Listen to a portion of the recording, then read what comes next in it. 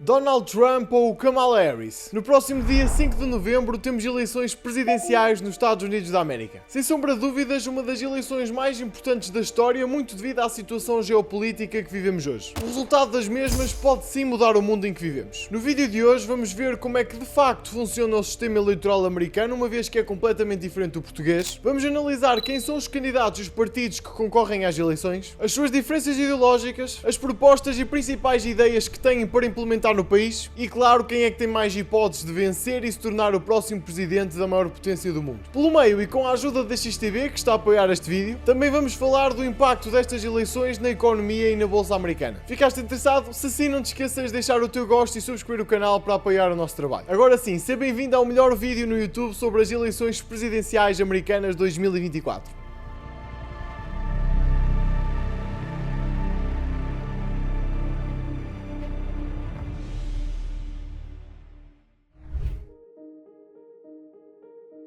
Primeiramente é importante percebermos como é que de facto funciona o sistema eleitoral americano, uma vez que este é completamente diferente do português e tem algumas particularidades, como por exemplo o candidato com menos votos poder ser eleito presidente. Isto porque quem elege o presidente dos Estados Unidos não é a população diretamente, mas sim o famoso colégio eleitoral. A base deste sistema é a ideia que o líder da nação deve ser eleito de acordo com a representatividade de cada um dos estados, para deste modo garantir um equilíbrio entre o poder e a autonomia local com a União Federativa. Assim é possível respeitar a influência dos estados que têm a maior população, mas ao mesmo tempo dar espaço às regiões mais pequenas que não teriam tanta representatividade. E eu sei que isto inicialmente pode parecer muito estranho, mas se pensarmos bem também faz muito sentido, uma vez que os Estados Unidos como país em si funcionam de forma completamente diferente de Portugal. Lá o poder é muito mais centralizado. Os estados têm leis, impostos e maneiras próprias e únicas de funcionar. O país é tão grande e os estados tão diferentes que não ia fazer muito sentido votarem todos diretamente para a mesma coisa. Desta forma, os candidatos também são obrigados a pensar nas necessidades únicas de cada região em vez de pensarem no país como um todo. Mesmo assim, este sistema está longe de ser algo consensual para toda a população americana. E por isso é que já houveram inúmeras tentativas para o mudar, embora até hoje nenhuma delas tenha tido sucesso. Para entendermos bem como é que este sistema funciona, é preciso primeiro percebermos o conceito do colégio eleitoral. Cada estado tem um número específico de votos eleitorais. Este número é baseado na sua população e diretamente proporcional ao número de vagas que há no Congresso. Aqui também existe um sistema de proteção para os estados mais pequenos. Cada estado precisa ter no mínimo 3 votos. Ao todo há 538 votos eleitorais. O candidato que tiver mais da metade, ou seja, 270, é eleito o novo presidente. A grande diferença deste sistema em comparação aos outros é aquilo que chamamos de winner takes all. Ou seja, quem tem a maioria dos votos num estado leva todos os votos eleitorais desse mesmo estado. Como já referi, este sistema permite que mesmo um candidato perdendo a nível de votação geral, ou seja, o total de votos a nível nacional, ainda assim possa ganhar a presidência se conquistar a maioria dos votos eleitorais, que no fim é o que realmente interessa. Isto já aconteceu várias vezes, como na eleição de 2000 com George Bush e mais recentemente em 2016 com Donald Trump. Trump teve quase 3 milhões de votos a menos que a candidata democrata Hillary Clinton e mesmo assim venceu. Fora isto, os eleitores também votam para eleger os seus representantes no Congresso. A Câmara dos Representantes tem 435 membros e estes são eleitos a cada 2 anos. Depois ainda temos o Senado com 100 senadores. Estes têm mandatos de 6 em 6 anos, mas a cada 2 anos um terço dos senadores tem que ser mudado. As eleições nos Estados Unidos são muito engraçadas porque decorrem muito de volta dos swing states. Estes são os estados onde o resultado pode variar e que no fim acabam por decidir o resultado final. A Califórnia, por exemplo, é um estado que é tradicionalmente democrata. Já o Texas é republicano. Claro que em algumas eleições específicas podem mudar de lado, mas isto raramente acontece. Depois temos estados como a Flórida, a Pensilvânia, Michigan, Arizona ou até Ohio, que podem cair para os dois lados e basta um voto para isso acontecer. Por isso é que a campanha nestes é tão importante. Ganhar aqui é quase uma garantia de eleição. Agora que já sabemos como é que funcionam as eleições, vamos perceber o que é que são os partidos e os candidatos à presidência. Nos Estados Unidos temos aquilo que se chama de bipartidarismo. Existem 2 partidos principais e todo o sistema político gira entre os mesmos. Estes são o Partido Democrata e o Partido Republicano. Claro que existem outros partidos, mas estes nunca conseguiram eleger um presidente e raramente conseguem eleger um deputado. O partido mais famoso e mediático deste grupo é o Libertarian Party, ou Partido Libertário, que é considerada a terceira força política do país. Mas agora, voltando aos 2 protagonistas, vamos começar pelos democratas.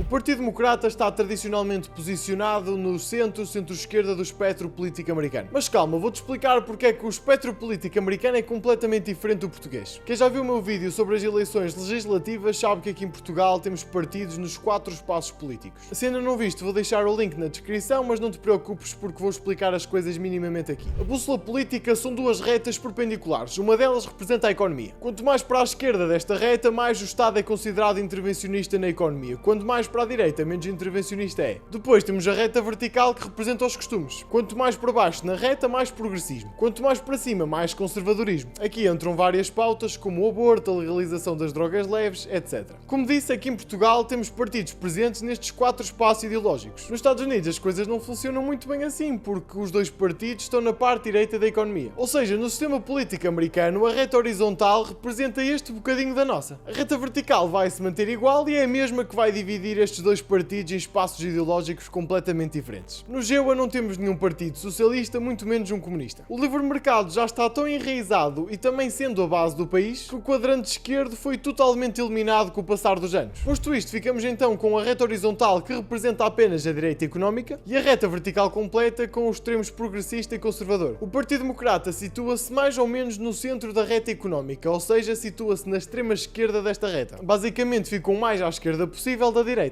Na reta social ficam a mais ou menos 33% do meio virados para o lado progressista. O partido promove muitas políticas deste campo, como a justiça social, direitos civis, intervenção do Estado em determinadas áreas da saúde, educação e também alterações climáticas. Defendem o alargamento dos programas sociais, como a proposta de acesso universal à saúde, através de iniciativas como o Medicare for All, basicamente como se fosse um SNS cá em Portugal. No campo da educação tem pressionado bastante por mais financiamento público e em alguns casos propõe ainda universidades gratuitas ou a custos muito mais acessíveis. No que toca agora ao combate das alterações climáticas, o partido está fortemente comprometido com a transição para as energias renováveis e a consequente regulamentação das emissões de carbono. Economicamente, o Partido Democrata defende uma maior intervenção no Estado na economia, isto na ideia dos mesmos de combater a desigualdade social. As principais pautas do partido neste campo incluem aumentar o salário mínimo, a taxação progressiva e a redistribuição da riqueza, isto para assegurar aquilo que os mesmos chamam de justiça económica. Além disso, o partido também é defensor dos direitos das minorias, da igualdade de género, dos direitos LGBT e da reforma do sistema de justiça criminal. Por isso é que muita gente diz, principalmente a comunicação social, que o Partido Democrata é um partido de esquerda, mas as bases de direita económica vão estar sempre lá, mesmo que de maneira mais controlada. Agora que existe muita gente de esquerda no partido, isso é verdade. Mas isso é uma consequência e o principal problema do bipartidarismo. Por ser um partido que defende pautas sociais progressistas e também por ser o mais à esquerda possível, mesmo estando na direita económica, vai atrair gente de espaços ideológicos completamente diferentes. Tanto a pessoa que é totalmente de esquerda económica, como um comunista, por exemplo, como uma pessoa de ideologia woke que defende de forma acérrima as pautas de sexualidade e género, como ainda alguém de centro económico moderado que apenas não se identifica com os ideais conservadores do Partido Republicano a nível social. Todas estas pessoas são eleitoras do Partido Democrata. Isto é engraçado porque na teoria são todos eleitores do mesmo partido, mas na prática têm todas ideologias completamente diferentes. Muitas delas até tendo mais coisas em comum com pessoas de outros partidos também na zona moderada. Aqui o melhor exemplo é pegarmos naquele eleitorado que não tem um partido fixo e que, a bem dizer, são as pessoas que vão decidir quem é que vai ganhar a eleição. Também é importante referirmos que um partido pode mudar de acordo com o candidato escolhido e com o passar do tempo também. Aqui podemos dar o exemplo do presidente Kennedy, que pertencia ao Partido Democrata. Se o mesmo ainda vivesse hoje, teria ideais muito mais próximos do republicano Donald Trump do que a democrata Kamala Harris. Obviamente este tipo de situações também acontecem no Partido Republicano e vamos falar sobre isso depois. Voltando ao meu raciocínio, as eleições presidenciais de 2024 não estão propriamente fáceis para os democratas. Joe Biden, o atual presidente, decidiu que não se ia recandidatar devido à forte pressão dos mídias em relação à sua saúde e idade. Seria o presidente mais velho da história, com 82 anos no início do mandato e 86 no final do mesmo. Pelo menos na minha opinião, Joe Biden e o Partido Democrata tomaram uma boa decisão quando decidiram que o mesmo não se ia recandidatar. Vamos ser sinceros, ele não está propriamente bem. Com esta decisão, a atual vice-presidente Kamala Harris foi apresentada como candidata à presidência. Kamala Harris, que nos últimos anos tem se tornado uma figura muito mediática na política americana. Foi a primeira mulher, primeira afro-americana e primeira pessoa com descendência asiática a ocupar o cargo da vice-presidência dos Estados Unidos. Nasceu na Califórnia em 1964 e formou-se em ciência política e direito, tendo sido procuradora-geral da Califórnia. No atual mandato, a vice-presidente enfrentou vários desafios. Harris lidou com coisas muito complexas como a questão da imigração e da reforma do sistema judicial criminal e teve muita dificuldade em apresentar resultados tangíveis em áreas cruciais, como a gestão na crise crise da fronteira do Sul com o México, que nos últimos 2 anos passou por momentos tensos e uma tensão que nunca antes tinha sido registada. Esta falta de concretização em algumas áreas gerou muitas críticas, tanto dentro como fora do partido. No entanto, Harris continua a ser uma defendedora acérrima das políticas progressistas do partido, incluindo aquilo que já tem vindo a trabalhar na reforma do sistema de justiça, na defesa dos direitos civis, na luta contra as alterações climáticas e no acesso universal à saúde. Além disso, ainda tem sido uma voz bastante ativa nas questões do aborto e da igualdade salarial. Com Biden fora da corrida, Kamala Harris assume um papel central nas eleições. A sua candidatura enfrenta também alguns obstáculos internos. Alguns membros do partido continuam a questionar a sua capacidade de vencer uma eleição nacional, especialmente face ao ex-presidente Donald Trump, que se voltou a candidatar pelo Partido Republicano, de quem vamos falar agora.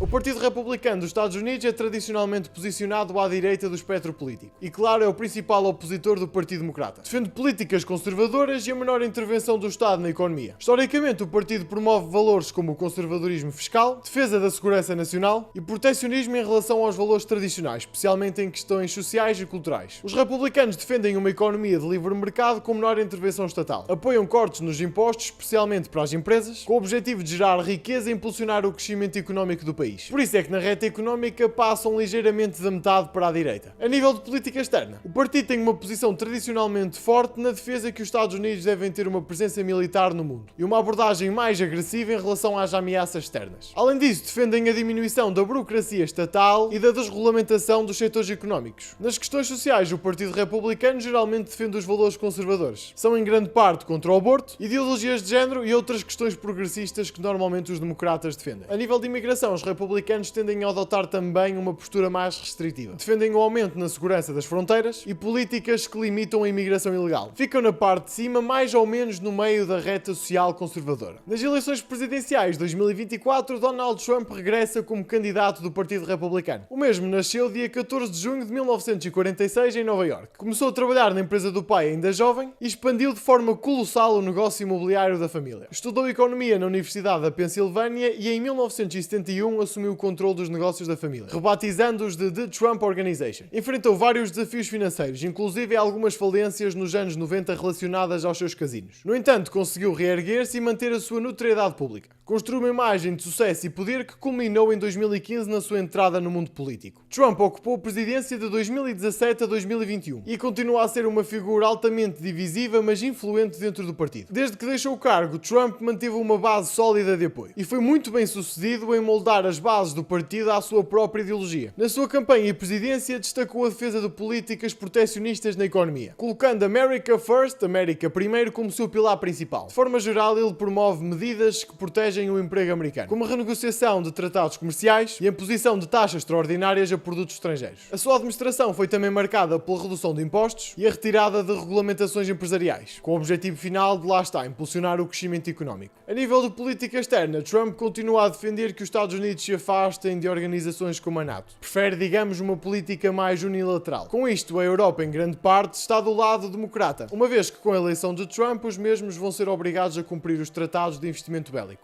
Trump promove ainda uma postura agressiva face a rivais como a China e o Irão e mantém uma abordagem dura em relação à imigração. É importante também ressaltar que a níveis de política externa, que a bem dizer é uma das funções mais importantes do Presidente dos Estados Unidos, uma vez que os Estados têm muita autonomia, a atenção do Presidente vai muito para o exterior e as suas funções tornam-se muito relevantes nesse meio. Isto é o que muitos consideram ser um dos fortes de Donald Trump, uma vez que o mesmo parece representar os Estados Unidos de forma mais séria. Esta foi uma das principais armas do antigo Presidente nesta campanha. Referiu que tanto Biden como Harris não vão ser respeitados mesmo na presidência dos Estados Unidos e que com ele no poder, pelo menos guerras como a que está a acontecer entre a Rússia, a Ucrânia e Israel não tinham acontecido. Aliás, o mesmo diz que caso seja eleito, as mesmas vão acabar a curto e médio prazo, visto que durante o seu mandato o mesmo não começou qualquer guerra, uma coisa inédita que já não acontecia há vários anos. Embora o mesmo tenha um forte apoio na base republicana, continua a enfrentar uma oposição feroz tanto do Partido Democrata como de alguns eleitores independentes, especialmente devido ao seu papel de insurreição que aconteceu no dia 6 de janeiro de 2021, fora os múltiplos processos e escândalos judiciais que teve desde que deixou o cargo. Aqui é de ressaltar a grande polémica que ocorreu com o mesmo e uma atriz de conteúdo adulto. Na campanha destas eleições, o mesmo tem mantido a narrativa que as últimas eleições foram fraudulentas e não ocorreram de forma justa. Promete reverter grande parte das medidas que foram efetuadas no governo de Joe Biden, incluindo maioritariamente as relacionadas ao meio ambiente, como o regresso ao uso dos combustíveis fósseis e a remoção das restrições ambientais. Trump também tem atacado duramente as políticas económicas de Biden. Diz que o aumento da inflação, da crise energética e da instabilidade das cadeias de abastecimento são resultados diretos da má gestão económica dos democratas. Podemos dizer que nestas eleições o caso de Trump é único na história, porque o mesmo já sobreviveu a 3 tentativas de homicídio. Além disso, o mesmo tem recebido o apoio de várias figuras poderosas e mediáticas no meio, como Elon Musk, o homem mais rico do mundo, que também ele tem desempenhado um papel fundamental na campanha. Musk diz que a liberdade do povo americano está em jogo e que estas são as eleições mais importantes do século XXI e uma das mais importantes de toda a história dos Estados Unidos. Uma das pautas mais importantes levantada pelo Partido Republicano e que é importante mencionarmos é a liberdade de expressão, uma vez que nos últimos 2 anos temos visto uma crescente vaga de tentativas de censura, estas provenientes dos governos de vários países na tentativa de calarem pessoas com opiniões diferentes. O próprio Trump teve problemas com isto na última eleição, uma vez que teve a sua conta do Instagram e do Twitter banidas. O engraçado aqui é que Mark Zuckerberg, uma pessoa que já teve muitos problemas com o Trump, principalmente por causa desta situação, assumiu-se recentemente como libertário e ligou ao Trump a pedir desculpas e a dar o seu apoio para a eleição de 2024. Isto foram apenas 2 exemplos, porque praticamente todo o setor empresarial está do lado de Donald Trump. Outra figura que é importante mencionarmos é de Robert F. Kennedy, o sobrinho do presidente democrata que falámos há momentos aqui no vídeo. O mesmo também era candidato à presidência dos Estados Unidos, mas recentemente deixou a sua candidatura de lado para se juntar a Trump na corrida à Casa Branca.